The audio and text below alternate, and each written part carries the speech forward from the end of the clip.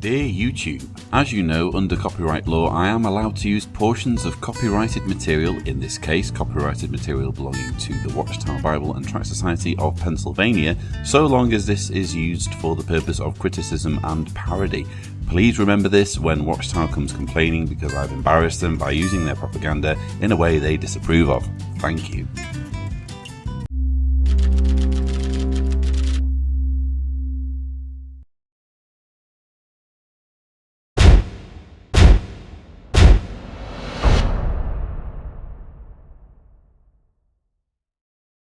Hello there, and welcome to the second instalment in my Worst Convention Ever series. In this episode, I'll take a look at a series of videos being shown on the Sunday morning of the 2016 Remain Loyal to Jehovah Regional Convention.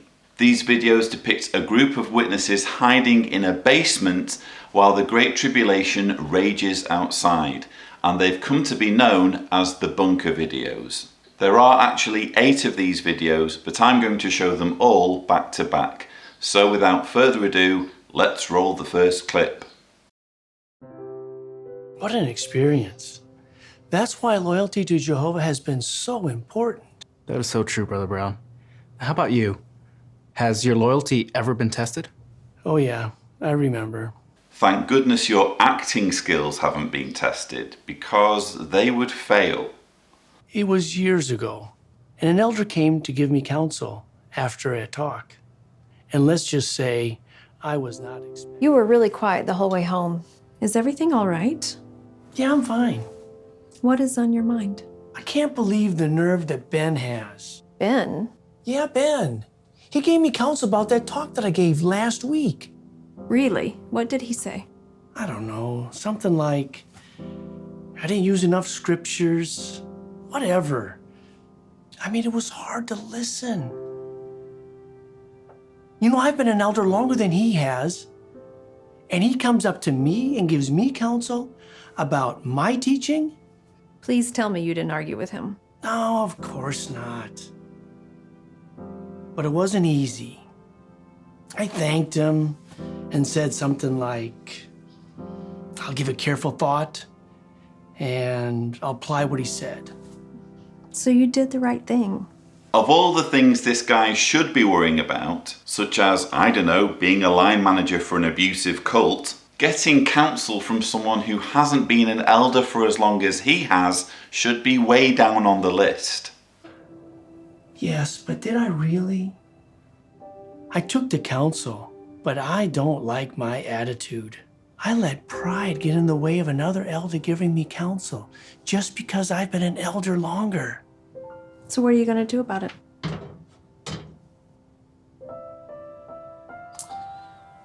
Pray. I mean, that's what I should do. And then go to Ben and ask him to explain what I didn't give him a chance to explain. Wow, Brother Brown. I can't picture you reacting that way to counsel, let alone getting counsel. If the elder's name is Brother Brown, I'm guessing this guy's name is Brother Brown Nose? That was the problem. Neither could I. If I was going to remain loyal to Jehovah, I needed an attitude adjustment. So what did you do? I prayed. And I asked if I could really conduct myself as a lesser one. I went back to Ben and asked him to give me the counsel that he had prepared for me. I volunteered for assignments I hadn't done for a while. You know, things that we do that go unnoticed. And little by little, my attitude improved. After that, I felt closer to Jehovah. Seeing the need for more humility, well, was humbling. I never realized, but it seems like everyone's had lessons to learn along the way. Believe me, I am still learning. If I hadn't changed back then with Jehovah's help, oh, things would be so different today. Yes, what a close call. Some people's problems involve natural disasters, severe disabilities, death of family members, sex abuse, religiously mandated shunning, but this guy managed to overcome a chronic case of butt hurt by cleaning toilets, counting books, and changing a light bulb. I guess I'm not the only one whose loyalty was tested. But for me, it was a little more subtle. My phone was a door to just about everything. But that door opened to some places I shouldn't have gone. At first, I thought, it's not pornography, so it's okay. But still, what I was seeing filled my mind with immoral thoughts. And I couldn't stop. What immoral thoughts is he thinking about? Ripping up families due to religion? Covering up child abuse? Depriving young people of higher education? Oh, probably this has to do with sex. Again. After all, when you've been raised a witness with years of sexual repression, it really doesn't take much to remind you of, you know what. Even pants that are a bit too tight can set some people off. But what's happened now is really caught on more. Now, the metrosexual, that's the tight suit jacket and the tight pants, better known as tight pants. And they are tight, I mean tight. Galatians 6, 7, and 8 reads, "Do not be misled. God is not one to be mocked. For whatever a person is sowing, this he will also reap." Reap what you sow. Reap what you sow. I was sowing unclean desires and reaping a double heart, desensitized to things Jehovah hates. I think if anyone is reaping what they're sowing right now, it's the governing body. This whole convention has a tone of desperation to it, a real circle the wagons feel. The internet is wreaking havoc on Watchtower's publisher numbers, which are currently stagnating at 1.5%. And it seems the penny has finally dropped that witnesses are waking up and voting with their feet. Watchtower's response is to threaten witnesses that they will die when Armageddon comes, unless they can remain loyal, which is what this series of videos is really all about. Turn my eyes away from looking at what is worthless. It wasn't just whether an image is considered pornography. Anything that stirs up unclean thoughts is worthless, and I should turn my eyes away. But I had to do more.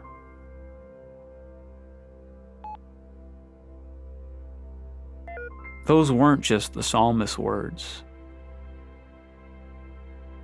They had to be my words. Words I've had to act on ever since to stay loyal to Jehovah.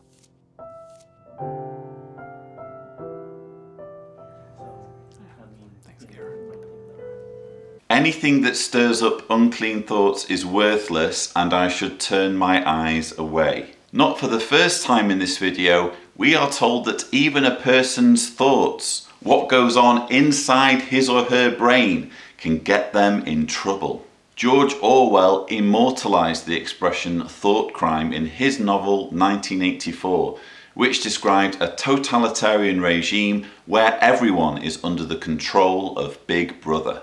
And convincing people that thought crime is something they need to worry about is a masterstroke for any cult. Once you can convince someone that certain thoughts are positive, but other thoughts are negative or worthless, you can control the person. You know, we've been talking about times when our loyalty has been put to the test. And not to put you on the spot, but didn't you have an experience? Mm-hmm.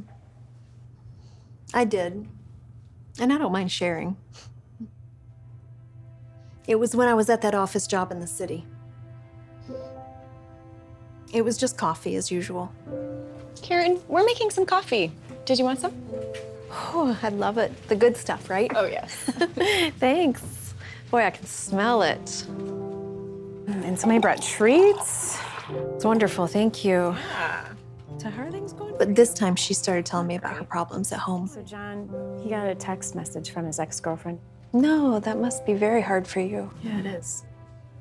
You know, there are some things in the Bible that have helped me in my marriage that I would love to show you. I was excited about the chance to give a witness. That's right, if you're a loyal witness, you need to be ready to get your Bible out and push your beliefs on your work colleagues whenever they tell you about something that's going on at home. Hey, good morning. Hey, good morning. Is that for me? I know how you like it. Ooh, thank you. From time to time, we talked, kept the conversations brief, and that was it. Hey! But over time, the conversations grew, and husbands and family were often the hot topic, and everyone had a viewpoint. Women expressing their viewpoints! Oh, the horror! If I may, there's some things in the scriptures that I think. I still thought I could give a witness and actually teach them something about Jehovah. No, honey, it doesn't work like that. All right. Sorry, Karen. Too much information, right? You know, with a husband. But in reality, I was the one being taught. And I was a quick learner. If I was still a witness, I would be seriously troubled by what I'm seeing here. It's all very well telling witnesses who have to work for a living that they have to evangelize while they're on the job when you've lived most of your life at Bethel or Watchtower headquarters. It's another thing entirely to actually get your Bible out in a work canteen and start quoting from it. Would a witness appreciate some work colleague ambushing them with a quote from the Quran, the Book of Mormon, or the God Delusion? Thankfully, I seriously doubt many witnesses would actually behave in this manner while they're trying to earn a living and hold down a job. The governing body are not just completely out of touch with reality, they're also heaping pressure on witnesses with expectations that are completely unrealistic, and this can only lead to growing frustration and resentment. I was sure their thinking wasn't rubbing off on me. Until one day when Robert called. The girls knew that Robert and I had had a small disagreement that morning. And he was calling to apologize. Although some of it was my fault. Karen, did you want to get a little coffee? No, it's him. If you don't want to talk to him now, then don't. Besides, it sounds like he could use a little silent treatment. Worldly people meddle and interfere with other people's relationships. Well, that's good to know.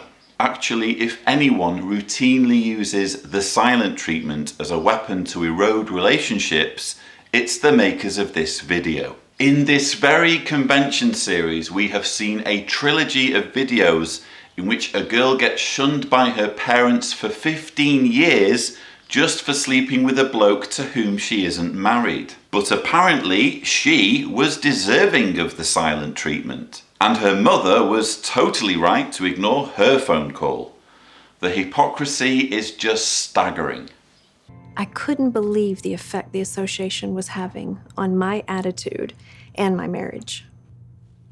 But what could you do? You worked with them every day, and you were able to give a witness sometimes. But I had let it turn into regular, unnecessary association that was spoiling my useful habits. And that had to change. Not regular, unnecessary association with worldly people. What is wrong with this woman? By the way, if you're a non-Jehovah's Witness watching this, and you have friends, neighbours or work colleagues who are witnesses, this is how they're supposed to view you, as bad association. And now they're being told that if they have regular, unnecessary association with you, they could lose their seat in the Armageddon bunker. But this isn't a cult or anything. I started keeping things friendly, but professional. I was more cautious, as I would be if they had invited me out, or if a male coworker had invited me to join him for a break. So did that work? It did, and I was so relieved. And so was I.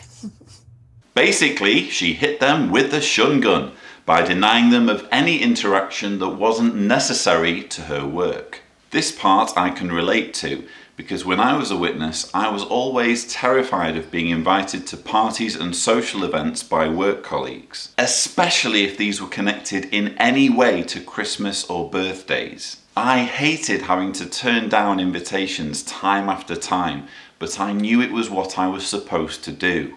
One of the weird things about being a witness is it's possible to live your whole life in a bubble, including when you go to work or school, simply by keeping social interaction with worldly outsiders to a minimum. And this bubble works brilliantly at keeping you focused on your indoctrination by blocking out anything that might prompt you to start thinking for yourself. Jehovah gave us the good morals and habits that we have.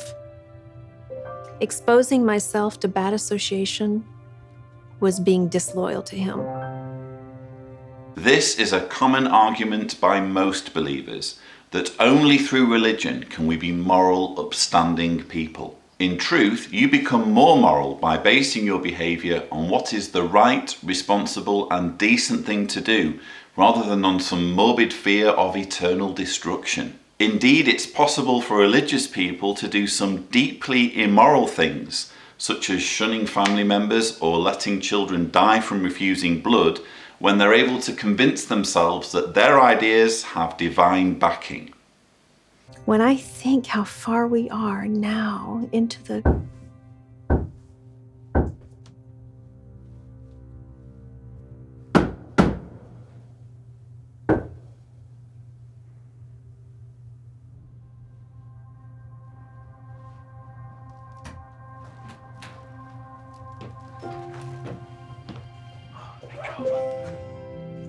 How was it out there?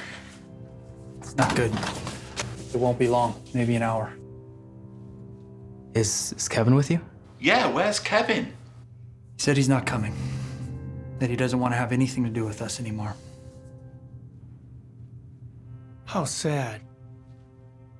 Now, this far into the Great Tribulation.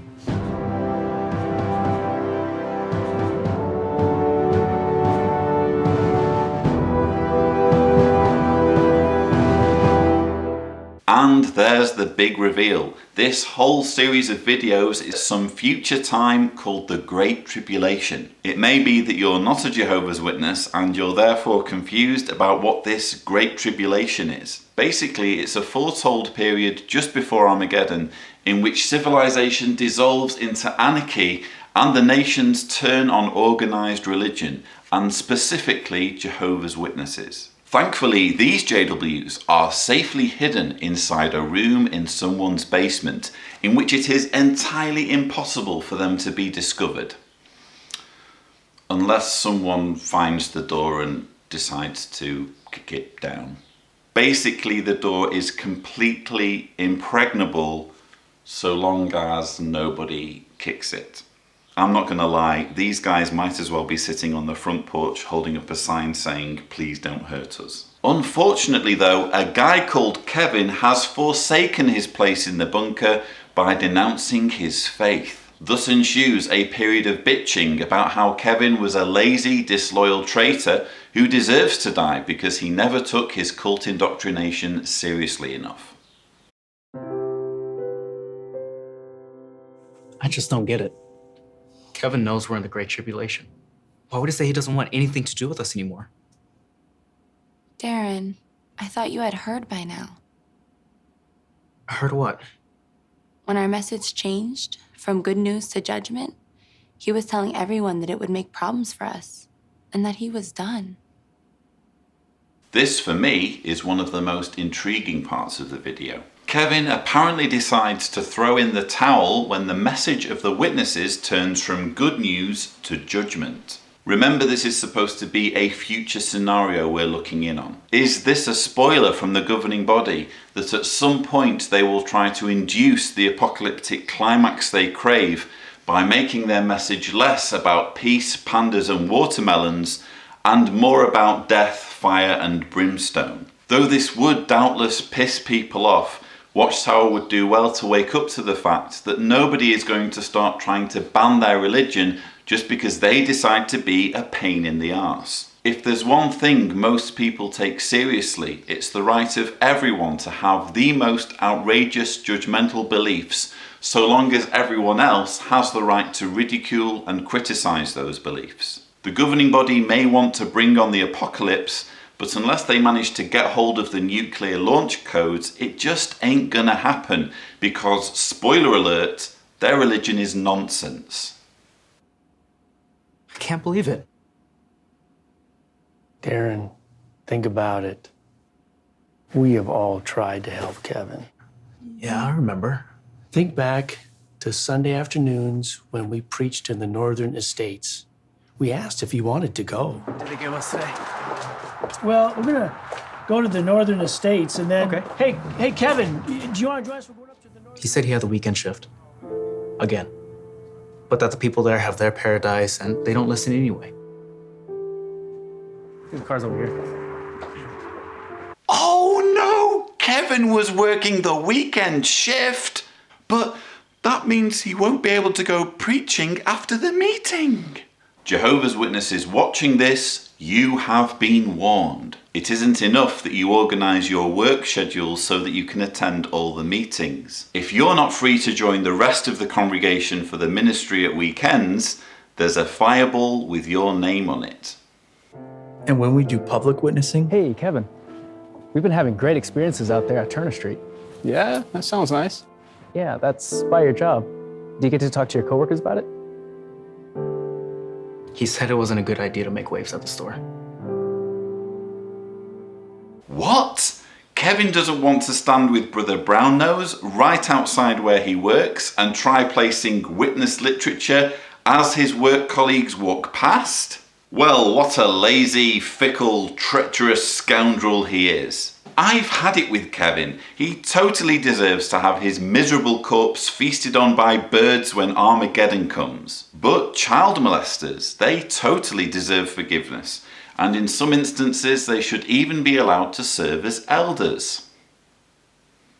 For as much as we've all tried to help Kevin, he let his fear of man go unresolved. Proverbs says, trembling at men is a snare. If Kevin couldn't preach with boldness during favorable times, imagine how much harder it was for him to loyally rely on Jehovah during this difficult time. Yeah, now, during the Great Tribulation.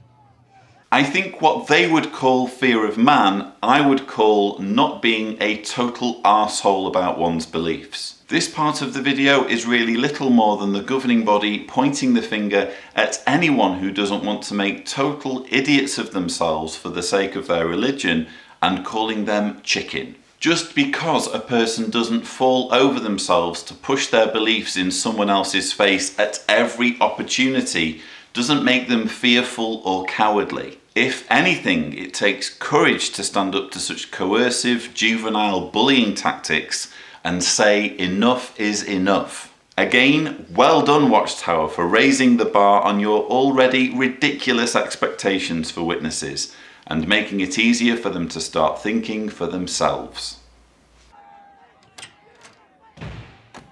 Open up. Does he know the secret code, I wonder?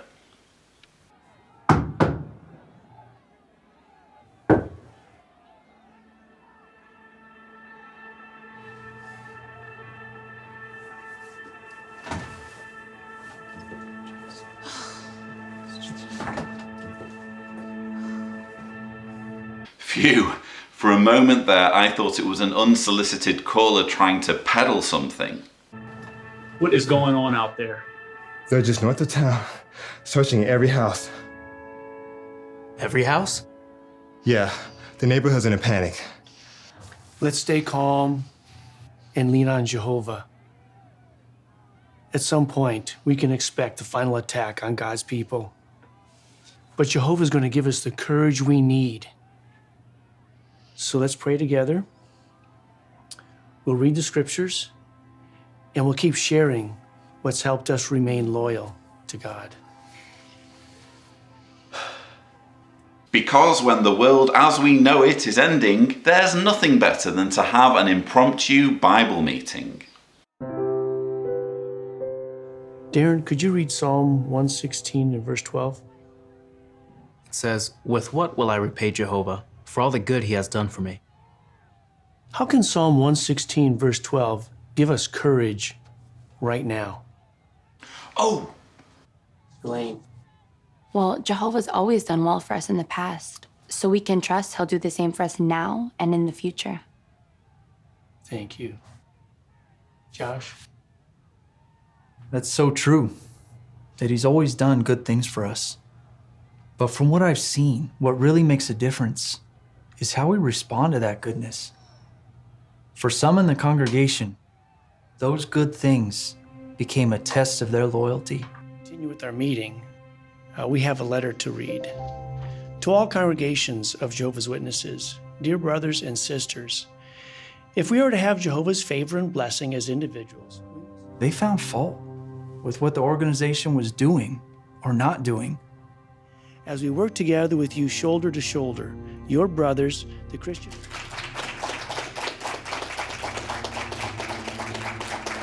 Oh no! Imagine finding fault with what the organisation's doing. Because as we all know, anything the governing body decides to do is automatically correct. Even if they start begging for money on JW broadcasting episodes, or telling congregations to start sending money every month, or covering up child molestation, or becoming NGO members of the United Nations. How could anyone reasonably find fault with the organisation? What we need is a video in which a couple of shady characters rudely whisper and murmur to each other while the meeting is in progress. That should help remind people to stay loyal to the governing body. Now, paragraph 12 gives more detail on our adjusted understanding of this exciting account. Let's read it. Brother Perez, please read paragraph 12 for us. Soon, They criticized any teaching or arrangement they didn't agree with. And whether they realized it or not, their critical attitude was eroding their own loyalty, and it was affecting others.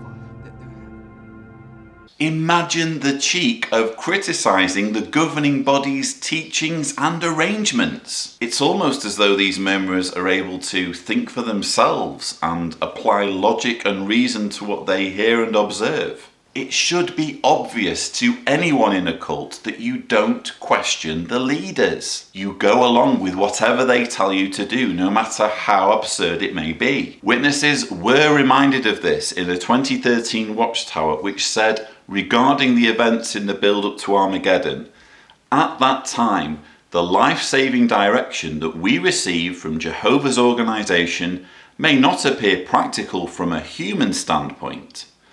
All of us must be ready to obey any instructions we may receive, whether these appear sound from a strategic or human standpoint or not. The message should hopefully be obvious. The commands that come from the governing body are not open to debate. If you want to cut it as a Jehovah's Witness, leave your brain at the door. Now, before we ask the question for that paragraph, who would like to read Psalms 116, verse 12? Kyle, please. Eventually, some were no longer our brothers. But the more grateful our family was for what Jehovah gave us, the stronger our attachment to him became.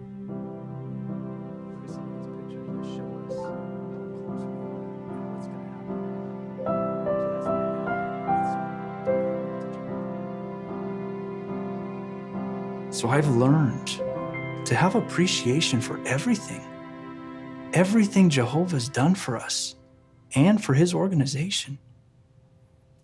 It's helped us all make it to this point, and I'm sure it will help us stay loyal through the rest of the Great Tribulation. Gratitude and appreciation for Jehovah's organization is what it's all about. If you question the governing body in any way, you're being ungrateful and unappreciative. And frankly, you deserve to die at Armageddon. Seriously, how is it that the governing body is able to insist on total compliance from people just by calling themselves Jehovah's organization? When did Watchtower stop having to prove to Jehovah's Witnesses when or how they received their mandate to rule on behalf of the God of the Bible. Couldn't any organisation that claims the Bible as its authority make similar assertions? Where is the proof that Watchtower is God's sole organisation on earth? Unfortunately, just by asking such questions, a Jehovah's Witness is marking themselves out for suspicion, scrutiny, and ultimately shunning.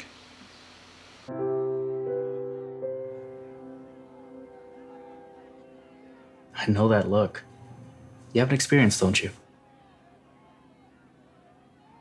I do, but It can't be anything I don't already know.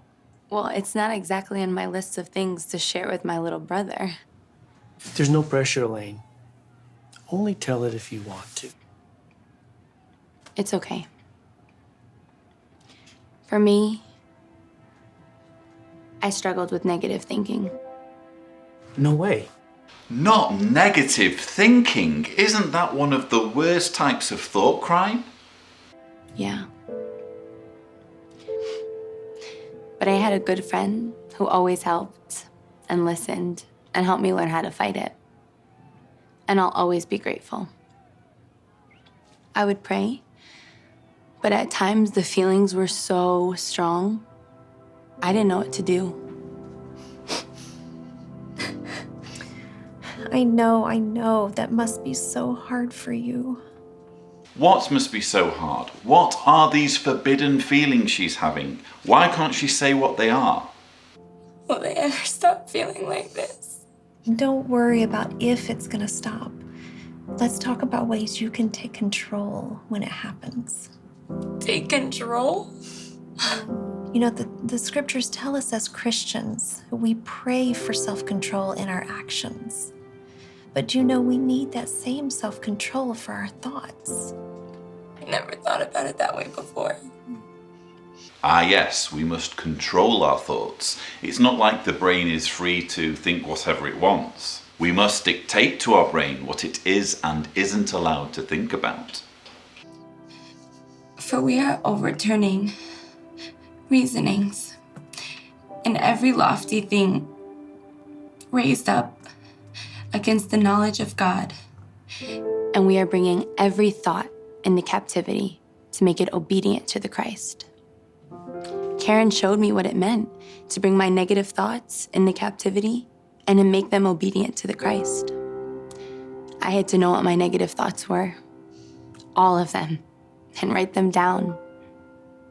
And for each one, find what Jehovah thinks, and then find scriptures that I could remember each time that negative thought returned. I kept that list with me at all times. Oh, I think I know what this is about. She's having doubts about her indoctrination, and she must bring these deviant thoughts into captivity so that she doesn't do the unthinkable and leave the cult. Thinking is good, but only when the thinking goes something like this. The governing body are awesome, the governing body are awesome, the governing body are awesome. If you have thoughts that are the opposite of that, what you need to do is research. Using only Watchtower publications that all describe the governing body as awesome.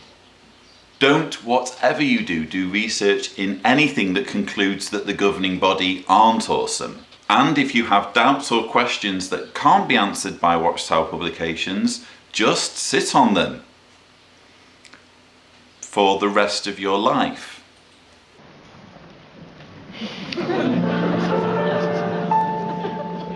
I got a feeling that you could be feeling a whole lot better than you feel today.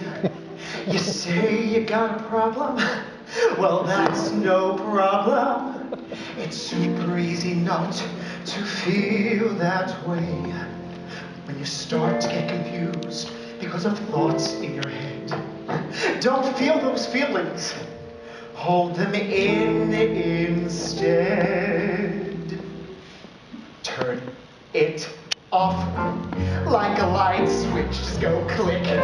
It's our little Mormon trick.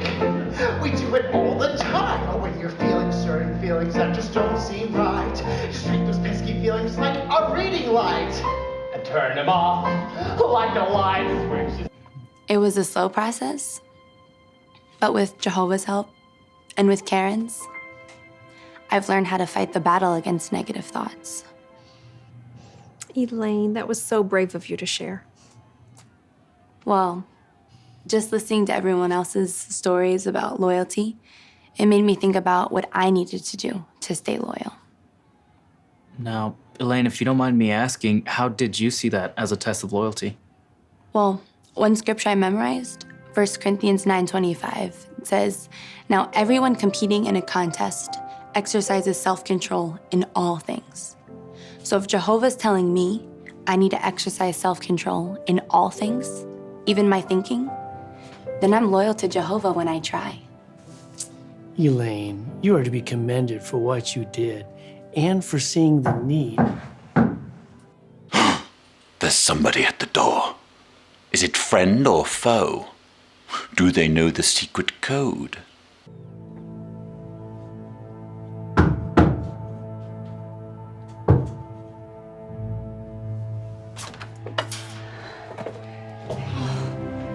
Shelly.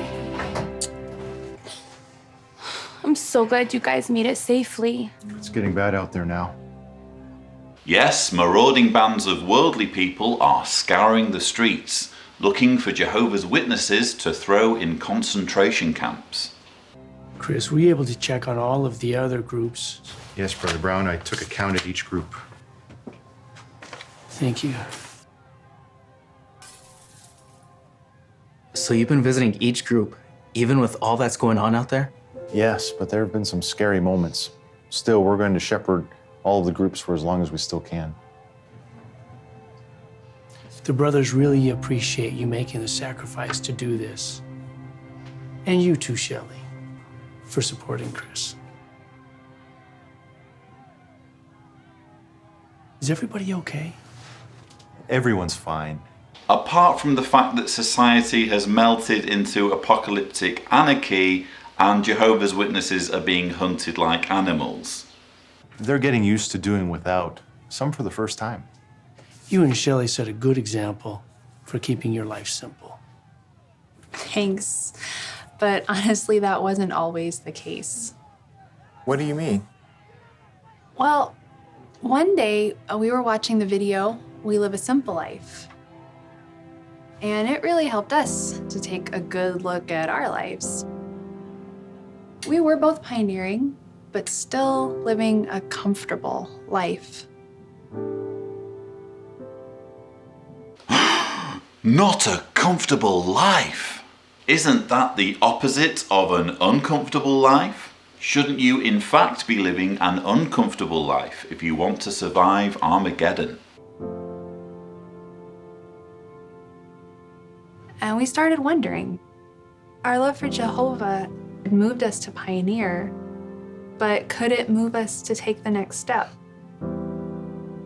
After meditating and praying about it, the answer became obvious. We sold our house, found a little apartment in the territory. Took some time to adjust, but what it did for our relationship with Jehovah was so worth it.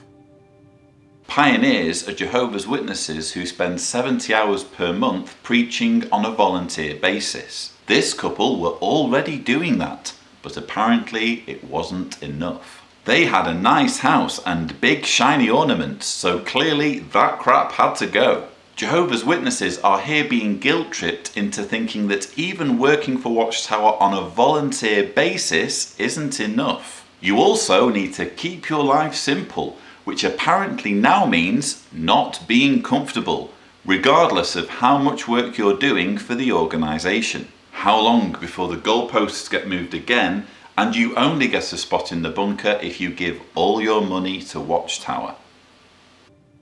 With nothing to tie us down, we were blessed to go to the School for Kingdom Evangelizers. And then that's when you all met us. I remember when you guys moved here everything you own to fit into your car and trailer.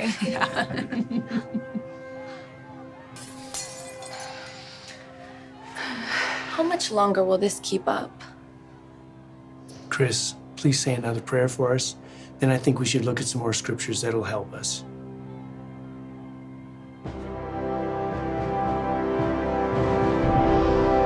Yes, if you ever find yourself in an apocalyptic scenario, don't forget to pray and look at scriptures. Basically, pretend you're at the Kingdom Hall having a meeting. Don't do any of that survival nonsense, or ration your provisions, or barricade the door.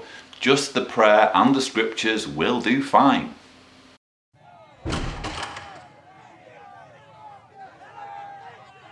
Do you see anything? Do you see any witnesses? Where are they?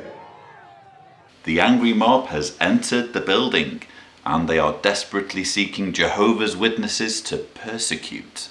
Good job, these guys are safely hidden in a room with a locked door. I'm sure nobody in this scenario would want to check a door that's been locked from the inside. Psalm 27 is really going to help us. Jehovah is my light and my salvation. Whom should I fear? Jehovah is the stronghold of my life. Whom should I dread? When evil men attack me to devour my flesh, my adversaries and my enemies were the ones who stumbled and fell. Though an army should set up camp against me, my heart will not fear. Though war should break out against me, even then I will remain confident. One thing I have asked of Jehovah: where would I be if I did not have faith? That I would see Jehovah's goodness in the land of the living. Hope in Jehovah. Be courageous and strong of heart. Yes, hope in Jehovah. Thank you, Brother Brown. That psalm is very faith-strengthening. It is, Chris. Especially the question at verse 13. Where would I be if I did not have faith? I think all of us can identify with that question. Absolutely. Without faith, none of us would be here. Without faith that a bunch of guys in New York are representatives of God Himself, you would all be lined up for extermination when Armageddon comes, along with 7 billion other non-Jehovah's Witness men, women, and children. All of us here, and all of our brothers everywhere, at this hour, we can all feel good that we've worked hard to build faith in Jehovah's promises. We've all resisted temptations to serve God half-heartedly with a date in mind or for some selfish reason. If you're only able to be a Jehovah's Witness by consciously suppressing your doubts or negative thoughts, isn't that serving God half-heartedly? Isn't it much better to do objective research and let the facts fall where they may, so that you are totally convinced either that your religion is true or untrue? And aren't you serving with a date in mind if you teach that Armageddon is imminent or just around the corner? Sure, you're not giving anyone an exact date, but you're still operating on the assumption that time is running out and the clock is ticking in just the same way as if you knew the exact date. As for selfish reasons, isn't the reward of living in a world where all of your needs are miraculously met, even if this world only exists because billions of people have been slaughtered, a totally selfish reason? Isn't it completely selfish to shun your disfellowshipped children just to satisfy the demands of your religion and collect a reward you've been promised when they're dead and buried? Instead of just going through the motions of being a disciple, our faith is real. It's genuine. Isn't faith belief in things you can't prove? What is the benefit of having genuine belief in things you can't prove? In what area of life is credulity or unquestioning belief an advantageous quality? Hello, I'm here to buy a car. No problem, sir. I have just the car for you. Here it is. Oh, is the engine in good working order? Don't worry about that, sir. Just believe that the engine is in good working order and everything will work out well. we take cash or credit card. Paul called that faith, faith without hypocrisy. And to have seen you build that kind of faith just warms my heart. You studied God's Word to better understand His ways and His promises. That has made your faith strong today. You reasoned on Jehovah's past dealings with you, and that has given you strength to remain loyal under test. And your faith has led you here as loyal servants of Jehovah, confident that Psalm 97, verse 10, applies to you personally. Jehovah is guarding the lives of His loyal ones.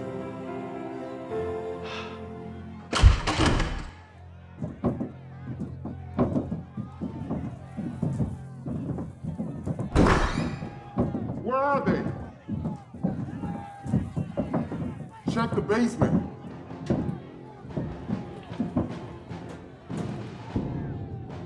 Shut that door.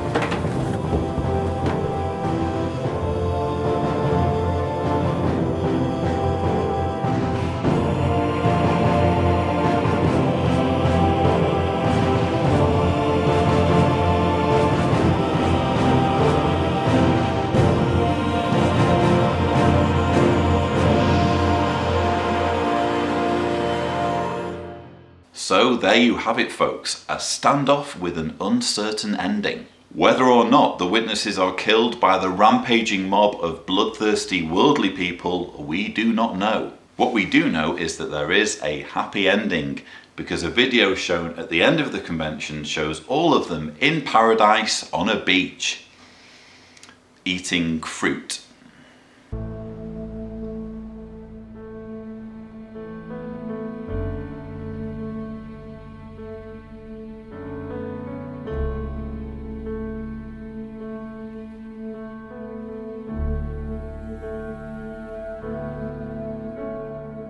The video from which this final clip was taken also features characters from other convention videos, including Sonia from the Shunning trilogy, frolicking in a world that has been transformed into a paradise just for Jehovah's Witnesses. I'll be discussing the Paradise video in the final installment of this 6-part series. As for these bunker videos, hopefully the manipulation, guilt-tripping and fear-mongering is obvious. In fact, I am less concerned about these videos compared to the Shunning videos, because I think that most witnesses with any intelligence will be concerned about the hoops Watchtower now expects them to jump through. It isn't enough for them to give all their time and energy serving the organisation. They also need to preach at work, preach outside their place of work, set aside weekends for preaching, purge themselves of any negative thoughts, sell any houses that may be deemed too comfortable, and above all, never question the governing body in any way. Watchtower is clearly desperate to stem the flow of those waking up due to information now freely available on the internet. But by pushing out such doomsday propaganda, they are only making it easier for people to identify them as the controlling cult they are. And when it comes to warning people that the Great Tribulation and Armageddon are just around the corner, there are only so many times you can cry wolf. I'm Lloyd Evans and you've been watching my John Cedars channel. Please stay tuned for more videos in this series, and as always, thank you for watching.